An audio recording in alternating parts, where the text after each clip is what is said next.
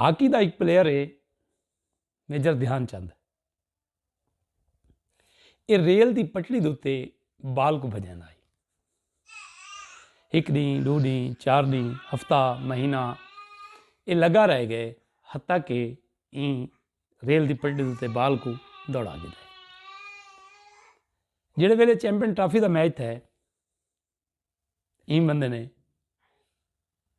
जिसले गेंद को अगू ला के दौड़ाए तो मुखालिफ टीम ने आख्या कि इनकी हॉकी दे विच मैगनेट है जिहड़ा बाल को चिपक पैंदा। दिलचस्प गुफ्तगू हुई और उन्होंने जिहड़े वेले ये गाल की कि इनकी हॉकी चैक की वने, इहदे विच मैगनेट है, तो वो अपनी हॉकी इन हाले पासे भोगा सटी तो इन्हों के प्लेयर को हॉकी गिन के उहदे नाल खेलना शुरू कर दिता और उवें ही बाल नाल चिपका